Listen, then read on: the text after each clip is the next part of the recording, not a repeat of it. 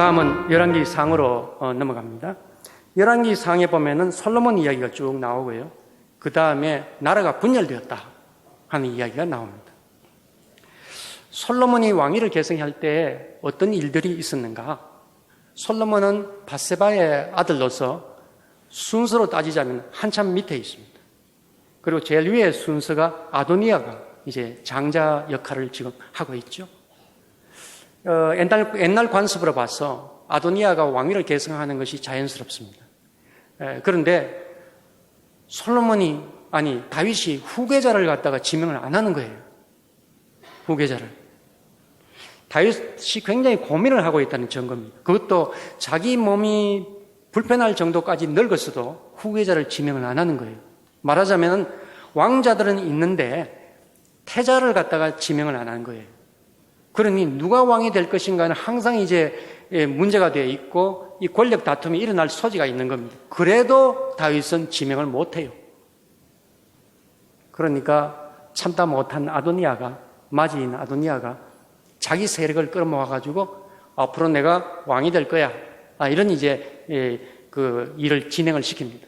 이 소식을 전해 듣고는 이 병중에 누워있는 다윗에게 주위에 있는 가까이 있는 신복들이 누구겠습니까?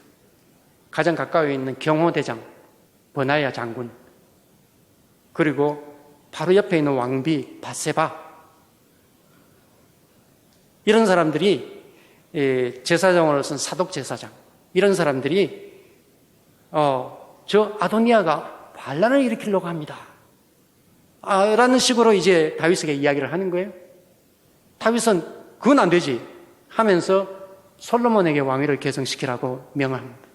그래서 왕위가 솔로몬에게 넘어온 거예요. 그런데 가만히 보면은 솔로몬을 지지하는 세력들이 다 전부 예루살렘과 관련되어 있는 사람들입니다. 그리고 아도니아를 지지하는 사람은 지파들, 유다, 이스라엘에 있는 지파들입니다. 왜냐하면 요압 장군이 지지를 했거든요, 아도니아를. 요압이 누구냐면 민병대 사령관입니다. 민병대라는 것은 뭐냐면은 직업 군인이 아니고 전쟁이 일어났다 그러면 전부 오라 그래가지고 이렇게 군인을 만드는 그런 부대입니다. 그 부대의 사령관이며 동시에 지파들에 있어서는 상당히 그 명망이 있는 존경을 받는 그러한 장군입니다. 그런 장군이 아도니아를 지지를 하고 있어요.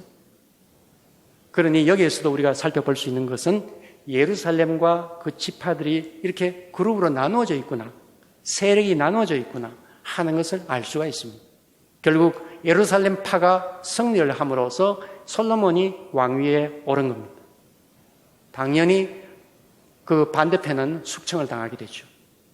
그래서 아도니아, 요압 죽고, 그 다음에 제사장은 차마 죽일 수 없어서 아비아달은 고향으로 보내버리고, 그리고 베냐민 지파에 상당히 그 세력이 있는 시므이라는 사람은 결국 나중에 꼬투리를 잡아서 죽게 되고, 그래서 반대편은 숙청을 당하고 솔로몬이 왕권을 쥐고 이렇게 통치를 하게 됩니다.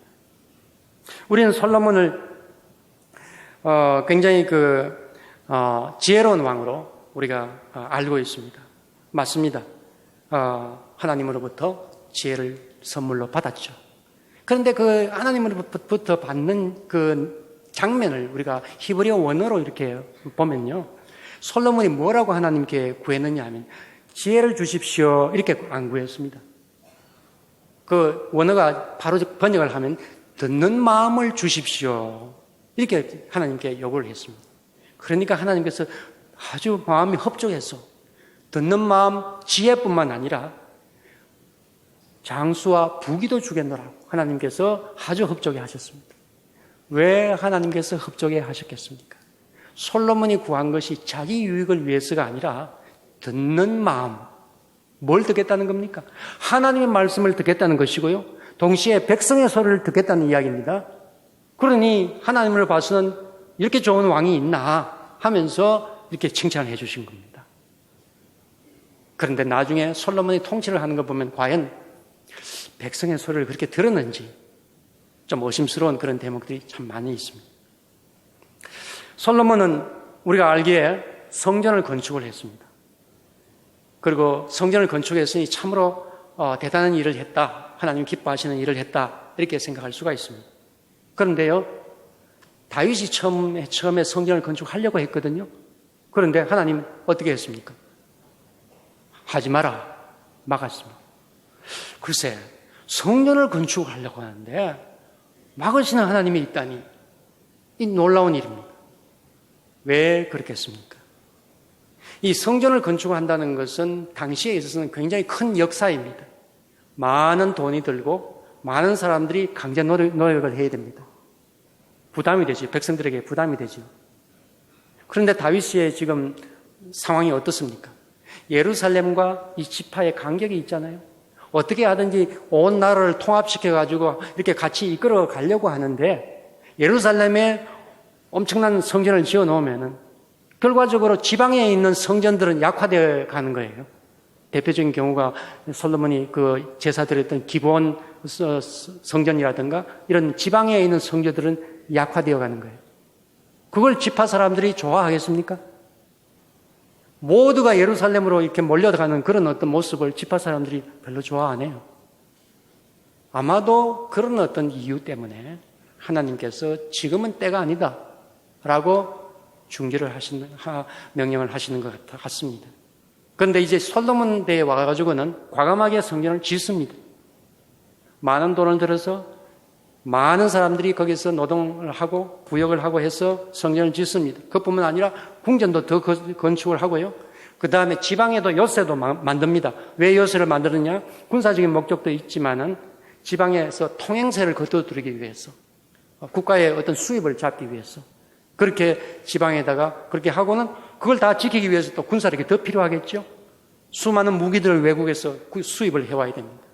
이런 어떤 일들을 이렇게 솔로몬이 이렇게 벌립니다. 결국 그 돈이 어디서 나옵니까? 세금을 거둬들여야 되겠죠. 많은 사람이 부역을 시켜야 되겠죠. 그래서 중요한 물자를 이 두로라는데 히람 왕이 다스린 두로라는데 물자를 가지고 옵니다. 나중에 두로하고 이렇게 서로 이제 결산을 이렇게 하는데 솔로몬이 어떻게 했느냐 하면은 북쪽에 있는 20개의 성읍을 떼어가지고 두로에게 줍니다. 두로 왕에게 줍니다. 왜? 너무 많은 물자를 가지고 왔는데 그것을 줄 대금이 없기 때문에, 말하자면 빚이 있기 때문에 그 빚을 갚느라고 북쪽에 있는 20개의 성을 떼내가지고 두로 왕에게 줍니다. 그런 일이 이렇게 있었어요. 그런데 이 일이 성경에는 그냥 살짝 지나가는 것 같지만은 보통 문제가 아닙니다. 여러분 한번 생각해 보세요. 우리가 가령 일본에게 빚이 있다고 해가지고 경상도 뚝 떼내가지고 준다면은 우리 대한민국 사람들이 뭐라고 이야기를 하겠습니까? 그런 일은 있을 수 없다. 독도 하나 문제 가지고도 그렇게 야단인데 영토를 주는 것은요, 전쟁에 패하거나 정복당하는 일 이외에는 줄 수가 없습니다. 빚이 있다? 그러면 나중에 빚을 천천히 갚아갈 수 있도록 그렇게 하는 것이, 그것이 관례지. 어떻게 영토로 가면 사람도 가지 않습니까? 그 사람들이 좋아서 그쪽으로 가겠습니까? 그거 가면 하등 시민이 되는데. 그러니, 가는 사람, 거기에 20개의 성읍으로 해서 가는 사람들도 불만이지만, 남아있는 사람들도, 우리 솔로몬 왕이 우리를 지켜주지 않네? 불신이 생기는 겁니다. 이런 불만이 이렇게 올라와 있는 겁니다. 거기다가 수많은 그 세금, 그리고, 여러 가지의 그 강제 노동, 이런 어떤 사태 때문에 결국 남북이 분열되고 말하는 겁니다. 그러면 남북이 분열되고 난 뒤에, 솔로몬이 죽고 나서 남북이 분열되고 난 뒤에 어떤 일이 일어나느냐. 우선 나라의 명칭을 한번 봅시다. 북쪽의 나라의 명칭을 이스라엘로 하고요. 남쪽을 나라의 명칭을 유다로 했습니다. 원래 다윗이 통치하는 나라 이름이 뭡니까? 이스라엘이죠. 이스라엘이라는 이름을 북쪽 지파들이 가져가고 남쪽에 솔로몬의 아들 르호보암이 다스리는 솔로몬의 나라는 이름을 새로 지었어요. 뭐라고? 유다라고. 그러면은 이게 도대체 남북이 분열된 겁니까? 아니면 이스라엘을 통째로 다 뺏긴 겁니까? 좀 애매하죠. 그 정도로 얼마 남지 않고 다 이렇게 뺏기는 그런 면을 봅니다. 지도에서 우리가 이렇게 보듯이 남쪽에 이게 빨간색이 있는 것이 유다와 예루살렘 지역이고요. 북쪽에 파란색이 있는 것이 이스라엘 10지파입니다. 남쪽에는 유다 지파 하나밖에, 그리고 베냐민 지파 좀 있는 거 그거밖에 없습니다. 그리고 남쪽에 사실 밑에는 거의 광야지대입니다. 그래서 북쪽은 훨씬 인구도 많고 농사도 잘 지을 수 있고 국제 무역로도 왔다 갔다 하고 해서 금방 일어설 수 있는 그런 강력한 그런 나라가 들어설 수 있는 그런 바탕이 되어 있는 것이고, 남쪽은 예루살렘과 유다, 달랑 그밖에 남지 않는 그런 모습이 되었습니다. 그런데 중요한 것은 뭐냐면 성경이 어디서 서해졌느냐 하면 예루살렘과 그리고 그 유다를 위주로 해서 성경이 서해졌습니다. 거기에 계시는 분들이 성경을 많이 썼습니다. 그러니 당연히 이 예루살렘 시각과 유다의 시각이 좀 들어가 있겠죠. 그래서 지금도 어떠냐 하면요, 이 북쪽에 있는 사마리아를 위주로 하는 북쪽에 있는 사람들은 오경 이후는 성경 말씀으로 인정을 안 합니다. 말하자면 여호수아부터 시작해서 열왕기하까지 이 내용을 성경으로 인정을 안 합니다. 오경만 인정을 합니다. 창세기부터 시작해서 신명기까지. 왜냐? 여호수아부터 시작해서 열왕기하까지 보면 계속해서 북쪽 사람은 비판을 하고 남쪽 사람은 옹호하는 그런 어떤 분위기가 있어요. 팔이 안으로 굽는다고. 뭐 그렇게 하려고 그렇게 했는 것이 아니라 팔이 안으로 굽는 그런 어떤 시각이 있기 때문에 그런 모습이 좀 있습니다. 그래서 우리가 성경을 읽을 때도 성경이 전부 다 진실을 이야기하고 하는 것은 사실이지만, 그러나 쓰는 사람의 입장에서 뭔가 이런 시각에서 저런 시각에서 보는 것이 있구나 하는 점도 우리가 좀 감안을 할 필요가 있습니다. 그래서 북쪽을 굉장히 비난하는 내용들이 많이 있는데 과연 그렇게 북쪽만 비난할 것인지 한번 우리가 다시 한번 살펴볼 필요가 있다 한 그런 점도 여러분 염두에 두시기 바랍니다. 우리는 왕들의 이야기뿐만 아니라 예언자들의 이야기를 좀 할 필요가 있습니다. 그 중에 중요한 예언자가 엘리야, 엘리사 이런 예언자들입니다. 여러분, 엘리야라면은 정말 예수님 계실 때 그 변화산상에 이렇게 나타나는 그 예언자의 대표격으로 나타난, 그리고 하늘에 이렇게 성천한 그런 유명한 예언자이지 않습니까? 엘리야를 우리가 떠올리면은 그야말로 갈멜산 위에서 그 아합 왕과 그 다음에 바알 선지자 이런 사람들과 대결하는 그런 여호와의 선지자 엘리야의 모습을 우리가 기억을 합니다. 거기에서 바알 선지자들을 아주 통쾌하게 물리치는 그런 장면이 나오죠. 그리고는 그 다음에 그렇게 승리를 한 엘리야가 그 다음 장면을 보니까 저 광야로 도망을 가요. 왜냐? 엘리야를 잡아 죽이려고 하는 그 이세벨 왕비의 그 칼날을 피해서 도망을 가는 좀 초라한 모습의 엘리야를 또 봅니다. 왜 엘리야가 그렇게 도망을 갔을까? 참 좀 의문스러운 그런 점입니다. 정말 용감하게 나설 수도 있었는데 말입니다. 그러나 우리가 그 내용을 읽어보면은 엘리야는 광야로 도망을 가서 로뎀 나무 밑에서 하나님한테 하나님 저 죽여주십시오 이런 이야기를 하는 엘리야의 모습을 봅니다. 로뎀 나무라는 것은 나무라기보다는 그냥 관목, 지금 여러분들이 보는 그런 어떤 것 같습니다. 참 그 햇볕도 가리기가 힘든 광야에 뭐가 있겠습니까? 굶어 죽기 딱 알맞는 그곳에서 더 이상 도망칠 곳이 없습니다. 하나님 죽여주십시오. 그런 이야기를 합니다. 연약한 엘리야의 모습을 봅니다. 엘리야는 하나님의 명령을 따라서 호렙산에 가서 다시금 하나님을 만나고 거기서 엘리야는 또 하나님으로부터 말씀을 그렇게 받게 됩니다. 시리아의 하사엘에게 기름 부어서 왕으로 세워라. 이스라엘에는 에우에게 기름을 부어서 왕으로 세워라 하는 그런 이제 말씀도 듣고 다시금 힘을 내어서 또 예언자의 그 활동을 하는 것을 볼 수가 있습니다. 예언자도 인간입니다. 약할 때도 있고 강할 때도 있습니다.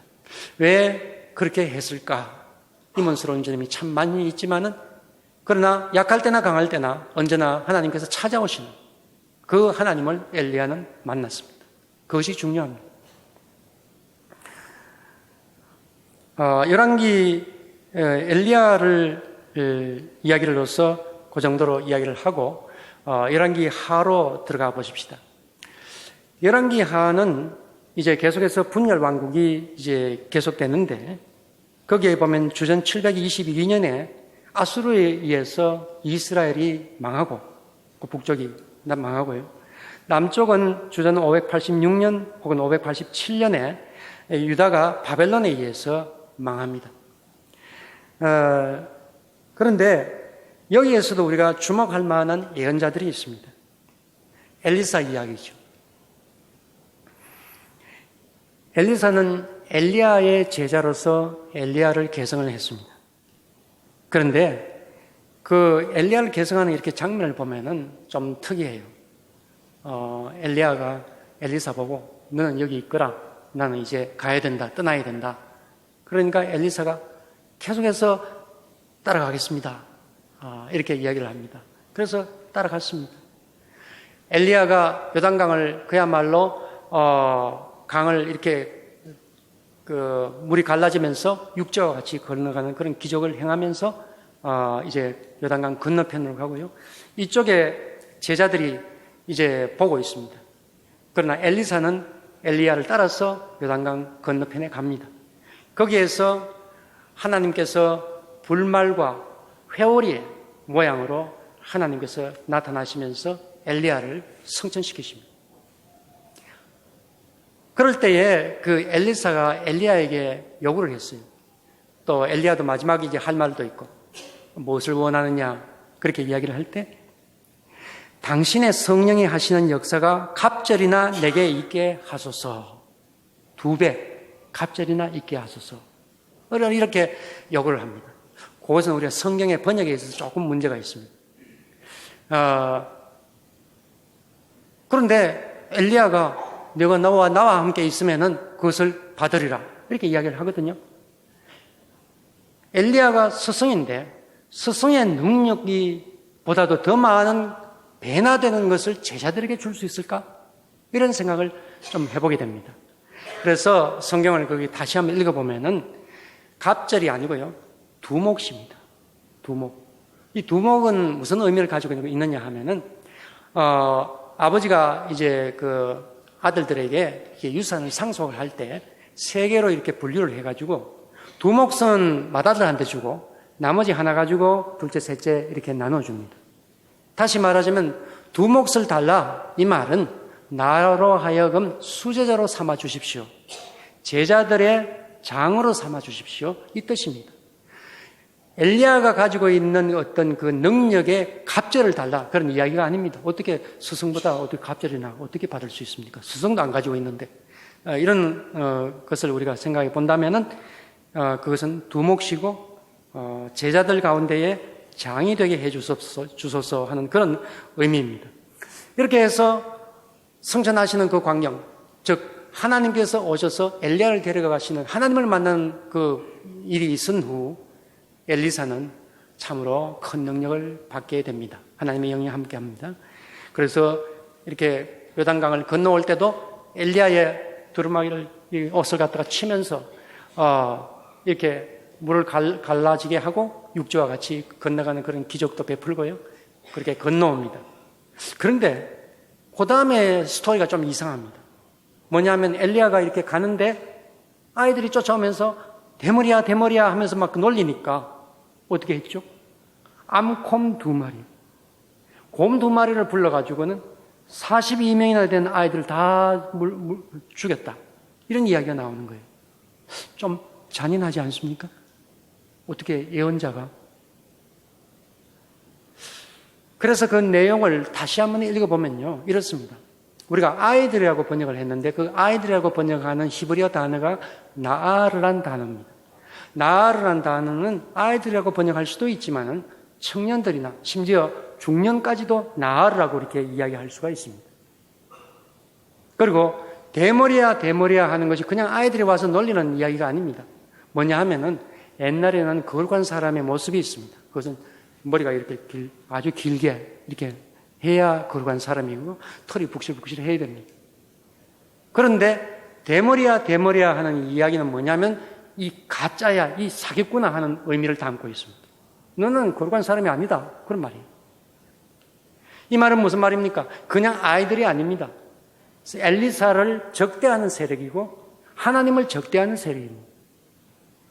그런 어떤 세력에 대해서 강하게 응징했다는 것이지 어린아이들이 그냥 장난치면서 하는 걸 가지고 전부 다 죽였다. 그런 이야기는 아닙니다. 그 다음에 엘리사가 예언 활동을 한 여러 가지 이야기가 있지만은 그 중에 하나가 수넴 여인의 이야기가 있습니다. 수넴 여인은 그 지역에 아주 부자고 아주 유지입니다. 근데 아들이 없어요. 근데 엘리사가 가는 때마다 아주 잘 보살피고 또 도움을 주고 그렇게 했습니다. 그래서 엘리사가 아들을 낳을 것이다 하면서 그렇게 예언을 해서 아들을 낳게 되었습니다. 해서 이제 아들과 행복하게 지냈는데 얼마 되지 않았어. 아들이 햇볕에 너무 쪼여서 아마도 일사병과 비슷한 거라고 생각이 됩니다만은 밭에서 죽었습니다. 해서 그 집에 돌아와서 이렇게 죽은 것을 뉘어놓고는 이 수넴 여인이 급히 엘리사한테 쫓아가서 내 아들이 죽었다고 좀 살려달라고. 그래서 나중에 결국 엘리사가 가서 그 아이를 다시 살리는 그런 장면이 나타납니다. 그 외에도 엘리사의 이야기가 많이 이렇게 있습니다. 또 하나 중요한 이야기는 엘리사와 나아만 장군의 이야기입니다. 나아만 장군은 시리아의 군대 장관으로서 아주 높은 고위직에 있는 사람입니다.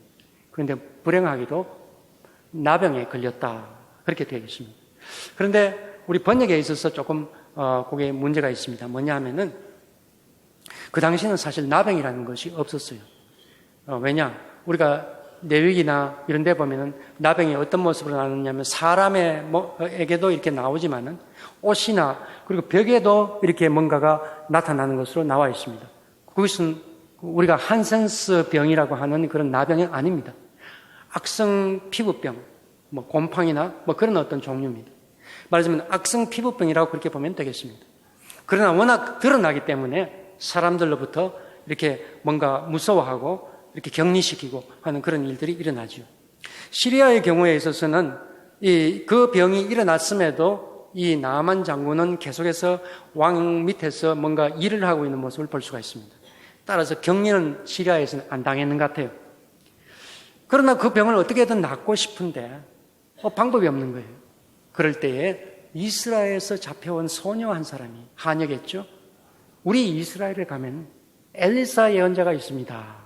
그분이면 그 병을 낫게 해줄 수 있을 것입니다. 이런 이야기를 듣고 신락 같은 희망을 가지고 이 나아만 장군이 엘리사에게 오지 않습니까? 그래서 먼저 이제 왕한테 들르죠. 그 당시에 이스라엘은 시리아에 비해서는 굉장히 약소 국가입니다. 시리아는 강대 국가.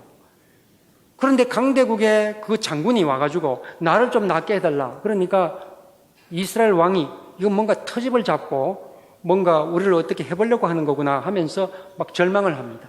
그럴 때에 저기 엘리사 선지자가 있습니다 라고 누군가 이야기를 해줘서 이 나아만 장군이 이제 엘리사한테 갑니다. 굉장히 많은 예물을 가지고 자기 부하들을 데리고 엘리사의 문 앞에 이렇게 당도합니다. 그런데요, 엘리사가 어떻게 했느냐?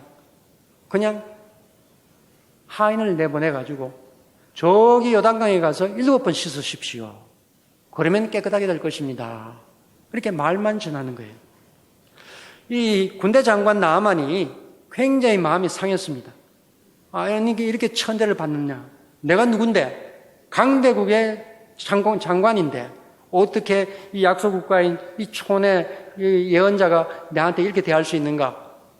우리나라에도 그런 깨끗한 물이 많이 있다. 그럴 바에는 나 돌아가겠다. 그럴 때 부하가 뭐라고 얘기를 했습니까?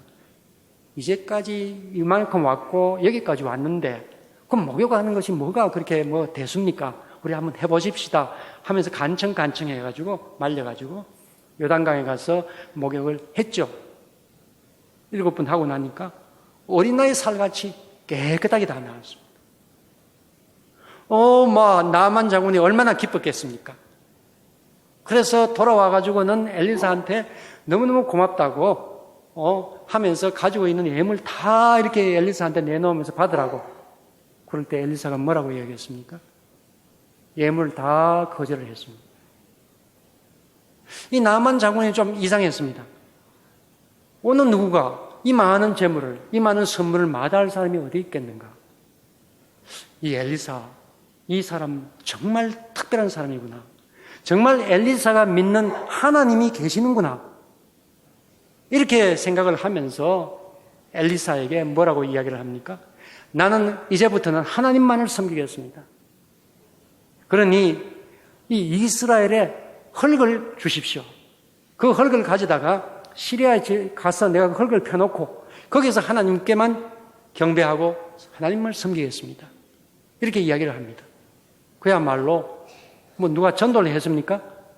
그런데 이 군대 장관이 스스로 하나님을 인정을 하고 그렇게 하나님을 경배하겠다고 하는 것은 놀라운 일입니다. 바로 어디에서 이런 일들이 일어났습니까? 많은 재물을 받을 수도 있음에도 불구하고 그것을 거절했을 때 나아만 장군이 놀라서 하나님을 인정하게 되었던 것입니다. 그런데 그 다음에 나아만 장군이 또 엘리사에게 요청을 합니다. 뭐라고 요청을 합니까? 제가 이제 시리아에 돌아가면요, 저는 왕의 측근으로서 우리 왕이 림몬 신전, 시리아의 수호신입니다. 림몬 신전에 가서 머리를 굽혀 경배하고 예배를 드려야 되는데 저는 왕의 팔을 잡고 거기에서 같이 예배를 드리고 경배를 해야 됩니다. 그러니 그것만은 용서해 주시기를 원합니다. 이건 또 무슨 소리입니까? 금방 하나님만을 섬기겠다 해놓고 지금 와가지고는 내가 돌아가면은 그 이방 신전에 가서 내가 절할 수밖에 없다고. 이게 무슨 말입니까? 이게 바로 나만의 현실입니다. 그 삶의 현장입니다. 그 당시에는 각 나라마다 수호신이 있습니다. 그러니까 시리아에서는 시리아 섬기는 수호신이 있고 그 수호신은 왕을 비롯해서 온 국민이 섬기는, 특히 왕실에서 섬기는 신입니다. 그리고 그것은 왕의 통치와도 관련되어 있기 때문에 반드시 국가의 어떤 의전 행사로서 거기 가서 경배하고 해야 됩니다. 왕의 측근으로서, 왕의 실세로서 나는 하나님만을 섬기기 때문에 못합니다. 그럼 무슨 사태가 일어날까요? 그것은 왕에 대한 반역이고 국가에 대한 모독이고 하면서 그 사람은 반역자로, 그리고 그 일족들은 다 죽게 됩니다. 나아만은 갈등이 생기지 않겠습니까? 그래서 엘리사에게 그 문제를 의논을 했습니다. 제가 돌아가면 그렇게 할 수밖에 없는데 어떻게 용서를 해 주십시오. 엘리사가 뭐라고 대답을 했습니까? 평안히 가라. 그 말은 다른 말로 바꿔 이야기한다면 괜찮습니다. 그렇게 하십시오. 이 뜻입니다. 여기서 우리는 좀 당황해집니다. 하나님만을 섬겨야 되는데 어떻게 이방 나라에 이방 신전에 가서 거기서 경배하는 것을 허락할 수가 있는가? 이것이 어떻게 보면은 그 당시 어떤 상황을 조금 이야기를 좀 해드리겠습니다. 각 나라마다 수호신이 있다고 그랬죠. 이스라엘은 하나님을 섬기는 것을 당연시 여기고 시리아는 림몬 신전을 섬기는 것을 당연시 여깁니다. 모압과 암몬 다 각기 다른 신이 있습니다. 그것에 대해서 이스라엘 사람들은 이스라엘 땅에서 하나님을 섬기는 것을 당연시하고 그래야 된다고 이야기를 하지만은 외국 나라에서 외국 사람들이 다른 신을 섬기는 것에 대해서 비판을 하지 않습니다. 나 외에 다른 신을 섬기지 말라. 나 외에 다른 신들을 섬기지 말라. 이 말의 뜻은 다른 신들의 존재를 인정하는 말입니다. 여기에서 우리는 좀 많이 당황스럽죠. 그렇지만은 우리가 하나님께서 이끌어 가시는 그 온 세상을 우리가 보면 조금 이해가 됩니다. 특별히 예언자들 같은 경우에 있어서는 이 문제에 대해 가지고 세계 각 나라를 이렇게 심판을 할 때요. 이스라엘뿐만 아니라 에돔, 모압 하면서 이렇게 전부 심판하는 것이 보면 예언서 곳곳에 나옵니다. 그럴 때에 거기에서 어떤 기준을 가지고 심판을 하는데 이방 나라가 이방신을 섬겼다고 해서 심판을 하지 않습니다. 이방 나라이지만은 윤리 도덕 면에 있어 가지고 너무 잔인하다. 인간으로서 그렇게 해서는 안 된다. 그런 면들을 가지고 심판을 하는 것을 볼 수 있습니다. 그것은 아모스나 이사야나 예레미야나 다 똑같습니다. 이런 어떤 면들을 볼 때에 우리는 하나님께서 이 전체를 이끌어 나가시는 어떤 모습을 좀 한번 크게 한번 볼 필요가 있습니다. 이스라엘 백성을 선택하시고 이스라엘 백성은 하나님을 믿게 하시고 율법도 주시고 모세와 같은 지도자도 주시고 하는 그런 어떤 이스라엘의 모습을 모델로 해서 온 세계에 복을 나눠주는 어떤 모습이 있기는 하지만 동시에 다른 나라들도 하나님께서 역시 그 시대에 이끌어 가셨습니다. 그리고 다른 나라에서 행하는 어떤 모든 것들을 역시 하나님께서 다 품에 안으시고 가시는 것입니다. 그런 어떤 측면에서 어떻게 보면은 다른 나라에서 다른 신을 섬기는 것을 이스라엘 쪽에서 그렇게 비난하거나 그렇게 비판하지 않는 그런 면을 여기서 볼 수가 있습니다. 아직까지도 여러분 조금 혼란스럽죠. 하지만은 성경에 나와 있는 모습이 그렇습니다. 그리고 계속해서 그 뒤에 나오는 내용들 우리가 성경을 쭉 보면은 하나님은 비록 종교가 다르다 하더라도 전체를 다 이끌어 가시는 하나님 모습을 우리가 계속해서 좀 볼 수가 있습니다. 그런 면에 있어서 오늘날 우리가 타종교를 대할 때에 타종교는 전부 다 이방신이다, 우상이다 하는 그런 면만 볼 것이 아니라 그 가운데 하나님의 손길도 어느 정도 있다는 사실도 여러분 좀 눈길을 가지고 볼 필요가 있습니다. 그래서 종교가 다르다고 해서 싸울 것이 아니라 대화하면서 서로가 가지고 있는 장점을 교류하는 것은 어느 정도 가능하다 하는 그런 점도 염두에 두시기 바랍니다.